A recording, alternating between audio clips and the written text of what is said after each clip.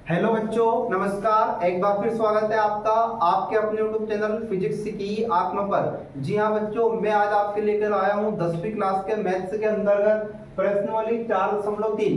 तो बच्चों ये प्रश्नावली बहुत ही इंपॉर्टेंट है आपके लिए। आज हम बहुत ही महत्वपूर्ण क्वेश्चन करने जा रहे हैं। यहाँ से सीधे सीधे क्वेश्चन आपको एग्जाम में देखने के लिए मिलेंगे। तो आइए जानते हैं हम क्या है क्वेश्चन। क्वेश्चन बोलता है निम्न द्विघात समीकरणों के मूलों की प्रकृति ज्ञात कीजिए। तो सबसे पहला पॉइंट है अपने पास में कि मूलों की प्रकृति है ना। तो देखो यहाँ पर समझो आप क्या होती है मूलों की प्रकृति। पहला पॉइंट है अपने पास में मूलों की प्रकृति ज्ञात करना है, अपने को बताना है कैसे मूल है। तो मूलों की तीन तरह की प्रकृति होती है ना। और यदि मूलों का अस्तित्व हो तो उन्हें ज्ञात कीजिए। अगर मूल अस्तित्व में है तो उनको अपने को ज्ञात करना है और यहाँ पर मूल निकाल के भी अपने को बताना है। तो आइए बच्चों हम समझते हैं क्वेश्चन क्या है। मूलों की प्रकृति। तो मूलों की प्रकृति हम निकालते हैं जो आपने वियुक्त कर डी का जो फॉर्मूला देखा होगा, b² माइनस का 4ac। मतलब अपने को ये फॉर्मूला लगाना वियुक्त कर वाला b² माइनस 4ac। यदि b² माइनस 4ac का मान बड़ा आता है, ग्रेटर देन आता है 0 से, तो मूल अस्तित्व में होंगे, मतलब ये वास्तविक होंगे। कैसे मूल है ये? वास्तविक। यदि वास्तविक मूल है तो अस्तित्व में है, फिर अपने को उसके मूल की वैल्यू निकालना है। तो पहली कंडीशन हमेशा याद रखना बच्चों, बहुत ही इंपॉर्टेंट कंडीशन है। b² minus 4ac greater than equal to 0 यदि आता है तो वास्तविक मूल है। ये कैसे मूल है? ये वास्तविक है, फिर ये अस्तित्व में है ना। तो अभी आप मेरे साथ में ये कंडीशन लिखते जाइए या फिर थोड़ी देर वीडियो देख के आप पॉज करके इसको लिख लीजिए, क्योंकि सबसे इंपॉर्टेंट कंडीशन यही होने वाली है। सेकंड कंडीशन यहाँ पर समझना, यदि इसका मान b² माइनस 4ac का जो मान है वो बराबर आ जाए 0 के, तब आपके मूल कैसे होंगे? तब मूल वास्तविक होंगे। क्या होंगे? वास्तविक मूल, लेकिन समान भी होंगे। ये क्या मूल होंगे? समान मूल मिल जाएंगे। मतलब यहाँ पर अपने को दो मूल मिल गए, एक तो मूल वास्तविक भी है और मूल समान भी है। समान को अपन लिखते हैं बराबर मूल, इनको क्या लिखते हैं अपन? मूल कैसे है? ये बराबर मूल है ना। और इनका भी अस्तित्व होगा क्योंकि ये भी अस्तित्व में है। और यदि आपको थर्ड कंडीशन यहाँ पर मिल जाए, b² माइनस का 4ac इज लेस देन 0, अगर इसका मान छोटा हो जाए 0 से, माइनस में माना जाए, तो फिर ये मूल क्या होंगे? ये काल्पनिक मूल होंगे। क्या होंगे? ये काल्पनिक मूल है ना। फिर आप समझ लेना कि ये किस तरह के मूल है। ये काल्पनिक मूल आपको मिल जाएंगे, है ना। और ये वास्तविक नहीं होंगे। दूसरी कंडीशन क्या है? ये वास्तविक नहीं है। अगर वास्तविक नहीं है तो अस्तित्व में नहीं होंगे, अगर वास्तविक नहीं है तो अस्तित्व में भी नहीं, इनका अस्तित्व नहीं रहेगा। तो ये ऊपर के दो मूल जो है ये अस्तित्व में है, तो इनकी प्रकृति अपन इन मूलों को अपन ज्ञात कर सकते हैं क्योंकि ये अस्तित्व में, ये क्या है? अस्तित्व में है। और ये अस्तित्व में नहीं रहेंगे, ये अस्तित्व में नहीं है ना। तो बच्चों ये तीन कंडीशन सबसे इंपॉर्टेंट है आपके लिए 10वीं के अंतर्गत। आपको अगर मूलों की प्रकृति ज्ञात करना है तो सबसे पहली कंडीशन है कि मूल वास्तविक मूल है। और वास्तविक मूल कब होंगे? जब b² माइनस 4ac की वैल्यू बढ़ी जाए 0 से, मतलब इसका मान 0 से जैसे ही बड़ा मिलेगा तो मूल क्या होंगे? वास्तविक मूल होंगे। यदि b² माइनस 4ac का मान बराबर 0 का जाए तो मूल वास्तविक होंगे, समान होंगे, बराबर होंगे और इनका भी अस्तित्व होगा। तो ये ऊपर दोनों में इनका अस्तित्व होता है। और जो लास्ट कंडीशन है b² minus 4ac less than 0, या अपन ये जब इसका मान 0 से छोटा जाए, ऋणात्मक माना जाए, माइनस में माना जाए, तो आपके मूल कैसे हो जाएंगे? काल्पनिक हो जाएंगे और ये वास्तविक नहीं होंगे और ये अस्तित्व में भी नहीं रहेंगे। तो बच्चों सबसे पहले आप ये तीनों कंडीशन लिख लीजिए, क्योंकि इसके बाद ही हम इस सवाल को सोल्व करने वाले हैं। अब मैं इसको आगे आपको सवाल को करवाता हूँ।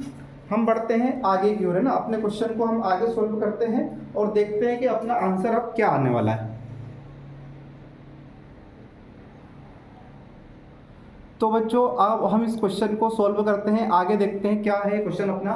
यदि मूलों का अस्तित्व हो तो ध्यान से समझिए, इनके मूलों का अस्तित्व अपने को निकालना है। तो पहला क्वेश्चन आपको ये दिया है कि ये जो आपको समीकरण दिया है, द्विघात समीकरण जो दिया है, इसका स्टैंडर्ड रूप अगर अपन लिखे तो ये होता है ax² प्लस का होता है bx प्लस का c और बराबर में क्या होता है? 0। तो a का जो मान है, a बराबर यहाँ पर 2 है, b का जो मान है, b का मान बराबर में ऋण 3 है और c का मान बराबर में क्या है? 5। तो ये a, b और ये c के मान अपने को यहाँ पर देखने को मिल जाएंगे। a का मान आया 2, b का मान आया ऋण 3 और c का मान आया यहाँ पर अपने पास में 5 आया, है ना। तो इस वैल्यू को अपन क्या करेंगे? सबसे पहले जो अपना जो फॉर्मूला उसमें रखेंगे b² माइनस का 4ac, है ना। इसमें अपन मान को रखते हैं। तो बी स्क्वायर, तो बी का मान लिख दो यहाँ पर, बी के क्या है, ऋण का 3 है और इसका क्या कर दो, स्क्वायर कर दो, माइनस यहाँ पर 4 है, 4 लिख दो, इंटू ए का मान कितना आया, ए का मान यहाँ पर तुलना करने पर ए का मान यहाँ पर 2 आ जाएगा, तो यहाँ पर 2 लिख दो, और इंटू सी का मान क्या है, सी का मान यहाँ पर क्या है 5 है, तो यहाँ पर क्या लिख दो, 5 लिख दो, है ना। अब 3 का वर्ग, 3 क्या होता है 9, माइनस 4 दूने 8 और 8 5 क्या होता है 40। अब देखो बड़ी संख्या माइनस की यहाँ पर 40 और ये जो प्लस की छोटी है, तो 40 में से 9 जाएगा तो कितना हो जाएगा माइनस का 31। ये इसका क्या हो जाएगा, आंसर हो जाएगा कि इसका मान आया अपना माइनस का 31। लेकिन अपने को देखना है कि मूल का जो है वो प्रकृति क्या है। तो मैंने बताया था कि ये यहाँ पर जो मान आया बी स्क्वायर माइनस 4ac का जो मान आया वो 0 से कैसा आ गया, छोटा आ गया, लेस देन आ गया, क्योंकि ये संख्या ऋण में आ गई, ऋण 31 0 से छोटा होता है। तो फिर ये क्या हो जाएंगे, ये मूल क्या हो जाएंगे, मूल अस्तित्व में नहीं है, और इनके मूलों की प्रकृति कैसी हो जाएगी, ये मूल असमान हो जाएंगे ना। तो यहाँ पर मूल लिख देंगे अपन, ये असमान भी है और ये वास्तविक नहीं है। मूल क्या नहीं है, वास्तविक नहीं है। तो फिर कैसे है ये, काल्पनिक। ये कैसे है, मूल है ये काल्पनिक है ना। तो इसका अस्तित्व में नहीं है, तो अस्तित्व में नहीं तो इसका मान निकलेगा नहीं। तो वहां पर इसका पहला आंसर अपना आ चुका है ना। ठीक है बच्चों, अब हम दूसरे क्वेश्चन को करते हैं। नेक्स्ट क्वेश्चन अपना देखते हैं क्या है। अगला जो क्वेश्चन अपने को सेकंड क्वेश्चन जो दिया है वो दिया है 3x स्क्वायर माइनस का 4 अंडर रूट 3x और प्लस का अपने को दिया है यहाँ पर 4 दिया है। तो बच्चों देखते हैं, हम समझते हैं इस क्वेश्चन को क्या कहता है। क्वेश्चन में आपको दिया है 3x स्क्वायर माइनस का 4 अंडर रूट 3 इंटू में यहाँ पर दिया x प्लस का 4 और बराबर में आपको दिया है 0। तो यहाँ पर समझना, ये जो आपको पूरी वैल्यू दी है इसका मान हम कैसे निकालेंगे।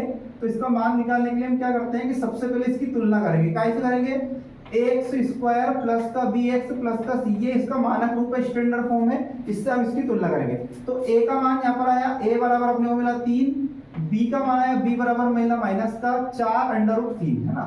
यहाँ पर एक्स के साथ में ये है माइनस का 4 अंडर रूट 3, और सी की तुलना जब इससे करेंगे तो सी बराबर जो मिला, सी का मान क्या मिला, यहाँ पर अपने को 4 मिला। तो ए बी सी का मान मिलने के बाद में हम जो विविक्त कर है बी स्क्वायर माइनस का 4ac इसमें वैल्यू को पुट करते हैं और फिर इसके मान को देखते हैं कितना आता है। तो बी स्क्वायर मतलब माइनस का 4 अंडर रूट 3, इसका स्क्वायर कर देना, माइनस का 4 और ए का मान कितना है 3 और सी का मान क्या है 4 है यहाँ पर। तो देखो माइनस का 4 अंडर रूट 3 का स्क्वायर करेंगे तो वापिस से माइनस का 4 अंडर रूट 3 से गुणा हो जाएगा। सबसे पहले ऋण का गुणा ऋण में होता है तो वो प्लस हो जाता है, धन हो जाता है, तो सबसे पहले तो धन हो जाएगा। फिर 4 गुणा 4 में करेंगे, 4 चुक कितना हो जाएगा 16। जब रूट 3 का गुणा रूट 3 में होता है तो केवल 3 आता है, और 16 कितना हो जाएगा 48। तो यहाँ पर सबसे पहले आपकी जो माइनस का 4 अंडर रूट 3 का वर्ग करोगे तो यह आ जाएगा 48।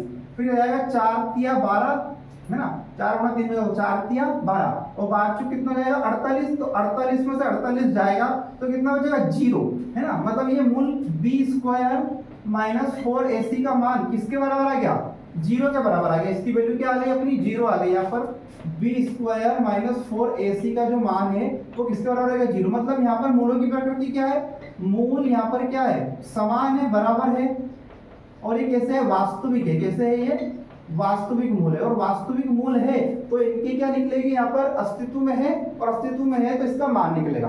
तो बच्चों इसका मान निकालने के लिए मैंने एक फॉर्मूला लिख देता हूँ। जब आपका मूल समान आ जाए, वास्तविक आ जाए, तो फिर इसकी वैल्यू निकालनी पड़ेगी। तो वैल्यू निकालने के लिए एक फॉर्मूला मैं वापस से यहाँ पर लिख रहा हूँ। उस वैल्यू से अपन इसके मूल क्या मान ज्ञात करें, क्योंकि इसमें दिया यदि मूलों का अस्तित्व हो तो उन्हें ज्ञात कीजिए। अब मूल अपने को ज्ञात करना है क्योंकि अस्तित्व में है, तो एक फॉर्मूला याद रखना, माइनस का B plus minus under root में आता है बी स्क्वायर माइनस का 4ac और इस पूरे के बटे में जाएगा 2a, है ना। तो अगर आपको ये सूत्र पता है तो इससे आप x का मान या मूल का मान निकाल लोगे।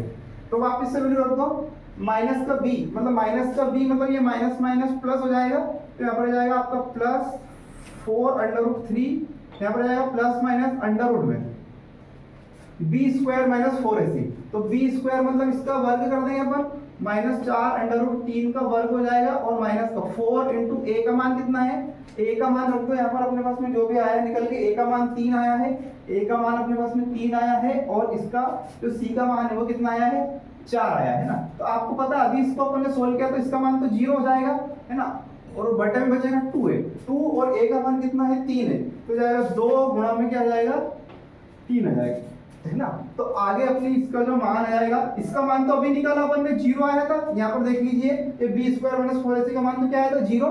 तो ये पूरी वैल्यू क्या हो जाएगी, ये पूरी वैल्यू किसके बराबर हो जाएगी, 0 के बराबर। तो अपने पास बचेगा 4√3 और बटे में बचेगा 3 दूने 6। आप 2 से काट सकते हो, 2 दूने 4 और 2 तिया 6, तो ये आएगा 2√3 और बटे में क्या जाएगा 3।